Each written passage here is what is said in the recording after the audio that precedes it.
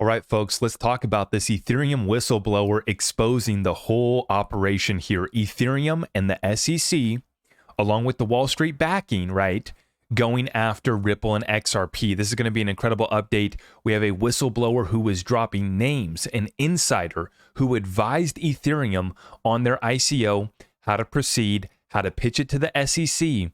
And these guys walked away with millions of dollars. Now, the problem, right, is that they were breaking the law. So they had to cut some checks. They had to do some deals. They had to make sure the deals got all the way through. And they were able to succeed with one of the largest ICOs that we had at the time. And so we're going to break it down in this video. I wanted to let everybody know, though, I know it's September, the kids are back in school. And so now is a time where we got a little bit more time. We're not in the middle of summer and all the fun stuff. We have time to hunker down, focus on our own education as well.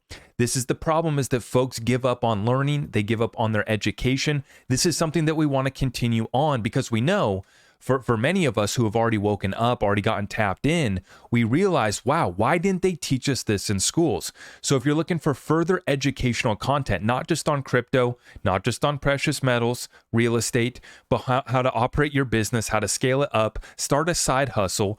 You know, we talk about prepping, we talk about gardening, we have a spiritual channel as well, a full encompassing community of like-minded individuals, but I got additional educational content that's going to be coming from me, along with weekly exclusive updates that we provide over there for the Patreon Discord community.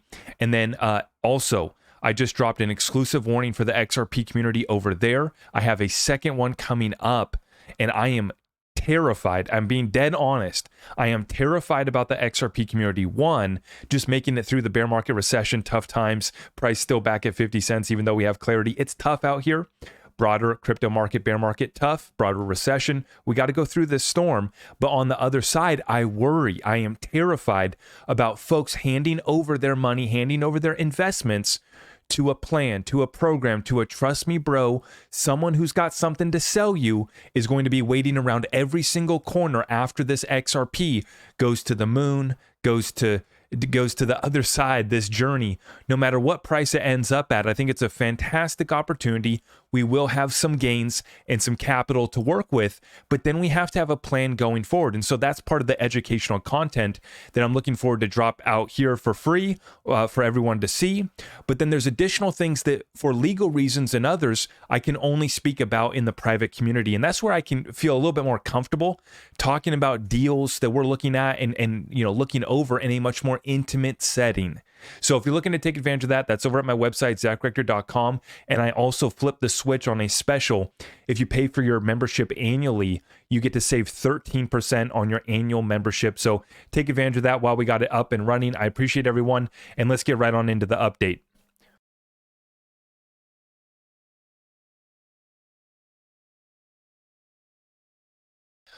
All right. So you can see here that we got Bitcoin back up to 26,417, Ethereum at 1621, and XRP just below that 50 cent marker, the 4994 price for XRP. Let's get right on into it, folks. It all started with Digital Asset Investor, and we're going to start by giving a huge shout out to DAI for being the man who led the battle, led the fight here in exposing this Ethereum ICO. I'm going to show you guys the Cowboy Crypto and other sleuths within the community who helped put this whole thing together, right? They provided the information, they got it into the hands of DAI, and he did the best job of presenting all this evidence, right? I hope that one day we can hold all these people accountable. That'd be fantastic, because I just want to save our country. And all we ever wanted was a level playing field. But we got to give a huge shout out to DAI for being over the target and continuing to expose what took place with not just Ethereum, but the SEC's corruption at the highest levels. And this goes much deeper than just the SEC. There's other three-letter agencies. We've seen the White House's corruption being exposed in real time.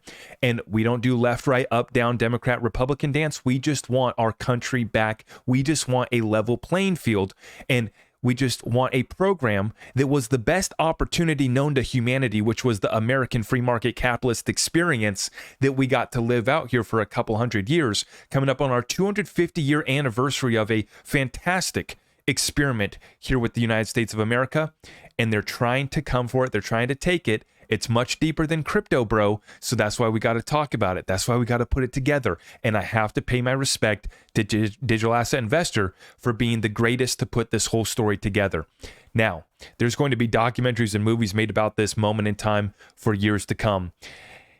Now that we've had multiple crypto lawsuit decisions, can any crypto securities attorney point me to a judge in any of them discussing the fifth prong of the Howey test created by Bill Hinman that to this day has the SEC leaving Bitcoin and Ethereum alone while saying all other digital assets are fair game? And no one has a response, right? But then we get Steven Narioff, who was part of Ethereum. I'm going to show you guys who this guy really is. An insider comes in and retweets Digital Asset Investor in response. Excuse me. He says it's agency created law, whatever that means. And how exactly did Ethereum even satisfy this magical agency pixie dust? Is it possible that some people knew that it wasn't valid when giving or advising on the speech in the state of Ethereum, perhaps even under oath? One would think that he's starting to drop names, folks, and he's dropping hashtags because they don't have a handle. They're not on X, I guess. So he just hashtags them. Hashtag William Hinman, who is the father of Bill Hinman, Mark Berger, Jay Clayton, no, that would be Bill. He tagged Vitalik's dad, Dmitry Buterin. This is incredible, folks. So he takes Bill Hinman, Mark Berger, and even Jay Clayton were sent to the SEC for this very purpose, joined by career folks who helped execute the plan like Valerie S., John Enright, John Daniels, and others.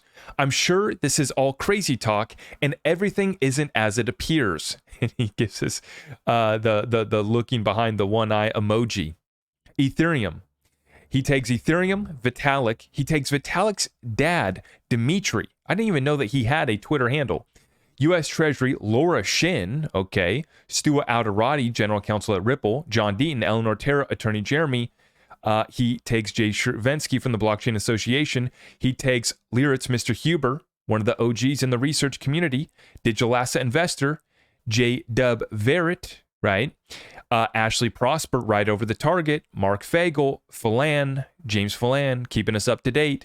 He tags Christine Duhame, okay, former Global Bank anti-fraud officer. And then he tags Empower, been over the target, and then he also tags Ryan Selkis. Now, we saw that Ryan Selkis went on kind of an epic rant on a Twitter space earlier this week, calling out Gary for his corruption and BS, but this is an interesting whistleblower right here, Steven Narioff. He calls himself the inventor of the utility token, ICO, security token, Ethereum, and T0. He calls himself a tech entrepreneur, attorney, and VC, 46 AI patents, and he asks for liberty and justice for all. But he calls himself the inventor of the utility token, ICO, and security token. Well, there's a fine line, isn't there, between a utility token and a security token? Can they shift at different times? And when anyone starts looking into everything, John Deaton says, including what the government did against Narioff, dropping all charges against him after he made it clear that he would fight back and seek full discovery. They didn't want that, did they? They shut this down real quick. You do not have to wear a tinfoil hat to suspect multi-agency coordination with the SEC taking lead. And that's what happened. And that's what we've been uncovering. And that's what we're going to continue to expose until we get a level playing field. And then most likely, we still need to apply pressure until we get these folks brought to justice, because what they did was not just some backslapping deals. It was holding back the United States of America, and I argue humanity, because America has the leading capital markets. And so to hold back America is to hold back the whole entire world and humanity as we know it, who is just trying to use this technology. But like John Deaton says, when anyone starts to look into this, you don't need a tinfoil hat. They tried to call us crazy. They tried to call us conspiracy theorists. Well, it turns out the conspiracy theory was the facts that we were able to put together with the timeline that we were able to put together, and we're not going away. And we got folks, we got the sleuths that are directly over the target. Cowboy Crypto, an absolute patriot, and an absolute genius researcher. Well, holy crap.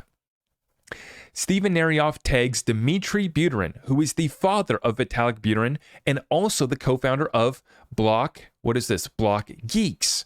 Another Block Geeks co-founder is Vlad Martinov, who is a board member for Ethereum. Small world. Block Geeks is a blockchain tech company providing smart contract audits, white paper audits, and educational training for enterprise clients. Their tagline is, "We'll help you get clarity." This is an absolute joke, a mockery.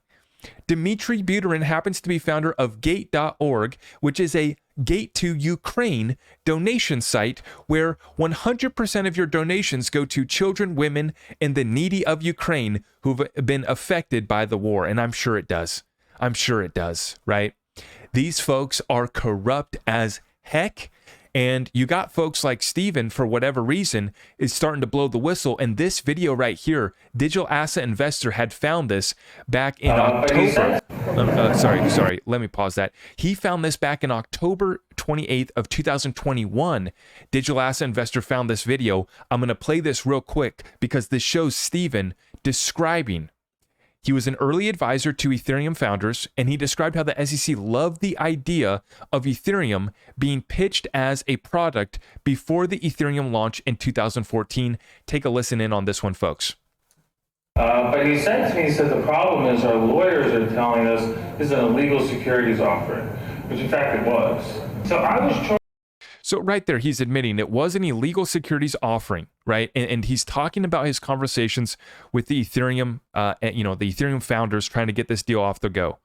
Charged with trying to figure out a very simple thing: raise money and not go to prison. Very simple, very, very simple. How do we raise money and not go to prison? Right. Orange is not my best color, by the way. So we were, he held off, these guys are like wolves, right? I mean, the founding team of Ethereum wanted to move. And one of the guys actually even said to me, I don't really care about prison. I'm a Canadian citizen. And I said, and can we somehow... This is the mentality of a lot of these folks and early crypto founders and folks that were trying to get this stuff going. They thought because they were out of the United States that they'd be able to go. But the problem is, as soon as you sell or raise funds from U.S. investors, you open yourselves up to the United States. I'll say that this is not a security, it's not a currency, but somehow this is a good, maybe service. Head of the SEC, a gentleman by the name of Joe Grunfest, if anybody's familiar with the SEC, is probably the most prolific chairman of the SEC of the last 75 years. And sheepishly the next morning said, I said, after our third drink last night. For you guys who don't remember who Joseph Grunfest is, Mr. BXRP had shared this tweet right below. Grunfest, in response to the SEC versus Ripple, said, quote, imposing securities law obligations on XRP while leaving Ethereum untouched raises fundamental fairness questions about the exercise of commission discretion. So former SEC Commissioner Joseph Grunfest, right, this is who he's talking about. We came up with this concept, and I said we, because I didn't want to say me, and I said, can we say this is a good, because it actually forms some kind of function if you have to send it and you have to use this gas to send it. And I said, I'm sure it doesn't work. Right, okay, that's fine. And I got a pause for about 10 seconds, ready to say that was the stupidest idea I've ever heard. And his response was, that's brilliant. And said, I think that could actually work. He spoke to some folks at the SEC. They loved the idea. They thought that actually made a lot of sense. And that's the genesis of what's called today. Has everybody heard of what a utility coin is? So there you have it, folks, the genesis of what a utility token is, right? So this is the conversations that were taking place. These guys were determining, right, how to, basically circumvent registration, raise funds, right? Without, like he said, without going to prison, without getting the attention of the SEC. And a lot of these folks, they just didn't care. Now, this is the problem, though, is that they raised from U.S. investors. They've opened themselves up.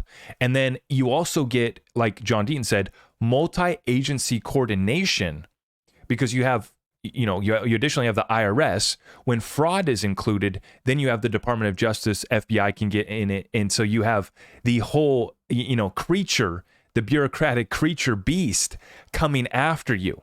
And so this is why everybody's been going outside the U.S. Even Ripple said that 80% of their hiring next year is going to take place outside the U.S. This is still going on. Meanwhile, they allowed this to take place right underneath their nose. Now, Digital Asset Investor has been tweeting back at Steven, and he asked Steven, hey, Steven, if they were sent to the SEC to execute a plan to get ETH a free pass, is it possible they were also sent to go after Ripple, Brad, Chris, and Stuart Alderati? And this person down below, Inspector Digital Asset Investor, you got your response. Duncan shares this, that Steven did like this post. So that might be our answer right there, that absolutely, that the SEC and Ethereum, right, knew that they were going to do something here that was illegal, that wasn't right, it was corrupt as heck, but they don't care. And then that wasn't enough. That wasn't enough. They're so dang greedy that they had to go in and try to take out their competition. And this is where we're talking Ethereum, the SEC, some other three-letter agencies involved as well, right? Who came after Ripple, who came after XRP. They tried to stall this thing out, even though they knew their case was weak. The facts and circumstances around Ripple not doing an ICO, right? Trying to work with the SEC, trying to meet with the regulators, going to meet with, Chair Clayton, going to meet with Trump's White House, going to meet with everyone who they needed to try to do things on the up and up, right? To try to do things the right way. But meanwhile, they get attacked by our own government, the SEC. And this is why I say that the damages are massive. It's not just the $200 million that Ripple has had to spend fighting the SEC. It is hundreds of millions more in damage to XRP investors. And some would argue that if we would have been able to participate just within the last bull run, in 2021's bull run, if we wouldn't have been so suppressed with this cloud over our digital asset specifically, that we might have gone, to prices of, $7 to $13 with ease, right?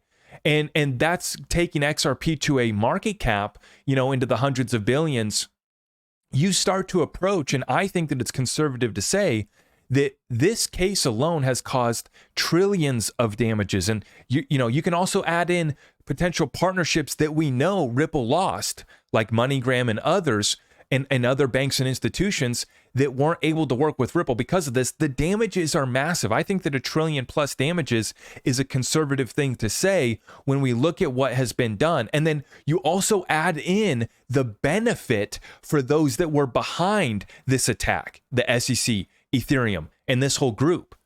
Now, God bless, there are some people that are starting to speak out, I guess, for whatever reason, and they're probably not going to say too much, because a lot of them were probably in cooperation in working with the SEC so that they didn't, have anybody come after them. These were guys that were probably just trying to do things the right way, right? Speaking with Joseph Grunfest and other commissioners and folks representing the SEC, trying to do things the right way, and they were allowed to. Meanwhile, we had one of the biggest attacks launched against any crypto project, a phony case that's been going on for over 2 years, and we're still in the middle of this battle, still have a cloud over XRP. We finally break through with Judge Torres and understanding that XRP is not a security on the secondary market. XRP in and of itself is not a security, right? But it's how the XRP was sold to institutional investors exclusively. But that's not enough for the SEC. They got to continue to stall. So they file for a very, what's the word? I'm missing the word, but the word would be, an incredible example of appealing a case, interlocutory appeal on the programmatic sales and the sales by individuals, right? These guys have no shame. And so they're continuing the attack to this day. This is why we have to stay over the target. So we got to, show our respects to DAI, Cowboy Crypto, Wheezy, just to name a few, all the lawyers, John Deaton and others that have been helping us fight on the legal battlefield. We are so close, folks, for breaking through, getting regulations from Congress, getting complete victory, Ripple, getting out of this lawsuit, and then we're going to be firing up a massive party, not just this month at the proper party that Ripple's hosting in New York, but also within the XRP community, also in the broader crypto community as we get to move forward with crypto regulations and crypto clarity. We got, I had another video earlier today that I just recorded, Chainlink actually taken a look at by DTCC, the Depository Trust Clearing Corporation, which does the most amount of security settlement within the United States. It's over 2 quadrillion per year. They're looking at Chainlink CCIP, and that's the type of news that I want us to focus on in the middle of this bear market, in the middle of this recession, in the middle of them attacking us, is an understanding that although they came for us, this is all moving to DLT. They are interested in the technology. Not only are they interested in it, they've been buying up these assets, buying up these digital assets behind the scenes. And when this all gets unveiled, right, we're not going to be at a 50-cent XRP. We're not going to be at an overall cryptocurrency market cap at 1 trillion. We are going to be moving and settling quadrillions on this technology. Don't forget that. Let's stay focused and locked in over the target. We're still fighting it out on the legal battlefield. And if you appreciate the fight, if you're right there with us, make sure we smash that thumbs up and just please help me by sharing this message out far and wide. God bless all of you guys. I'll see you in the next one. It's all at my website, ZachRector.com.